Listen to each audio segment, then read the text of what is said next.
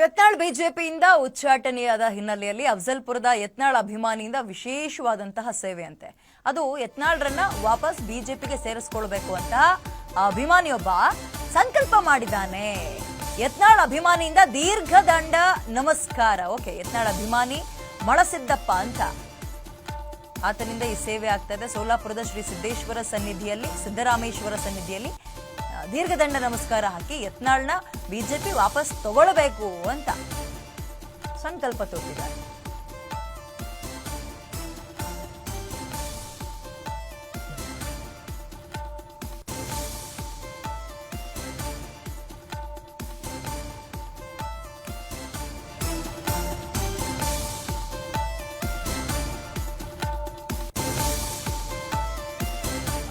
ಇನ್ನೂ ಸ್ವಲ್ಪ ದಿನಗಳ ಕಾಲ ಈ ರೀತಿಯ ಹೊಸ ಹೊಸ ಹೈಡ್ರಾಮಾಗಳನ್ನ, ಹೊಸ ಹೊಸ ವಿಚಾರಗಳನ್ನ ನಾವು ಕೇಳ್ತಾ ಹೋಗ್ತಾ ಇರ್ತೀವಿ. ಇತ್ತೀಚೆಗೆ ತಾನೇ ಒಬ್ಬ ನಟ ಜೈಲಿಗೆ ಹೋದ ಸಂದರ್ಭದಲ್ಲೂ ಆತನ ಫೋಟೋಕ್ಕೆ ಪೂಜೆ ಮಾಡಿಸಿದ್ದು, ಚಾಮುಂಡೇಶ್ವರಿ ದೇವಸ್ಥಾನಕ್ಕೆ ಹೋಗಿ ಬಂದಿದ್ದು, ಹೀಗೆಲ್ಲ ನೋಡಿದ್ವಿ.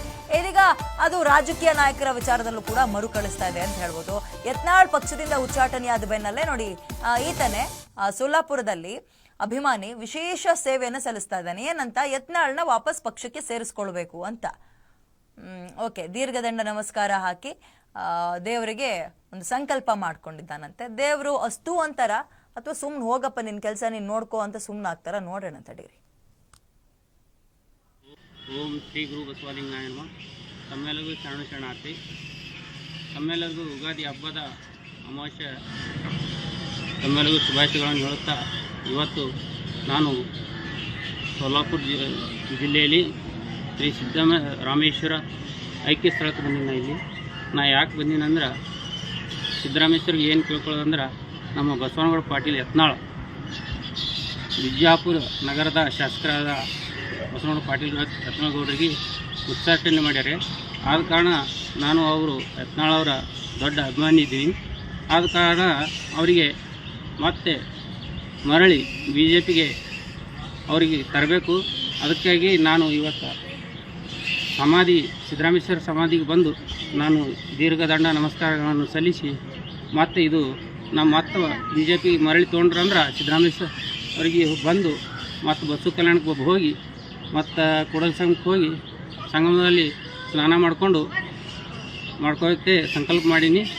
ಇಷ್ಟು ಹೇಳಿ ನಾನು ಮಾತಿಗೆ ವಿರಾಮ ಕೊಡ್ತೀನಿ. ಶರಣ. ಓಕೆ, ಯತ್ನಾಳ್ ಅವರ ಅಪ್ಪಟ ಅಭಿಮಾನಿಯೊಬ್ಬ ವಿಶೇಷ ಸೇವೆಯನ್ನು ದೇವರಿಗೆ ಸಲ್ಲಿಸ್ತಾ ಇದ್ದಾನೆ. ಈತನ ಸಂಕಲ್ಪ ಏನಪ್ಪಾ ಅಂತ ಹೇಳಿದ್ರೆ, ಪಕ್ಷದಿಂದ ಉಚ್ಚಾಟನೆಯಾಗಿರುವ ಯತ್ನಾಳ್ ಅವ್ರನ್ನ ವಾಪಸ್ ಪಕ್ಷಕ್ಕೆ ಸೇರಿಸ್ಕೊಳ್ಬೇಕು ಅಂತ. ಓಕೆ, ಸೋಲಾಪುರದಲ್ಲಿ ಅಭಿಮಾನಿಯೊಬ್ಬ ದೀರ್ಘದಂಡ ನಮಸ್ಕಾರ ಹಾಕೋದ್ರ ಮುಖಾಂತರ ತನ್ನ ಹರಕೆಯನ್ನ ತೀರಿಸಿ ದೇವರಿಗೆ ಬೇಡಿಕೆಯನ್ನ ಇಟ್ಟಿದ್ದಾನೆ. ಯತ್ನಾಳ್ ವಾಪಸ್ ಬಿಜೆಪಿಗೆ ಸೇರ್ಲಿ ಅಂತ.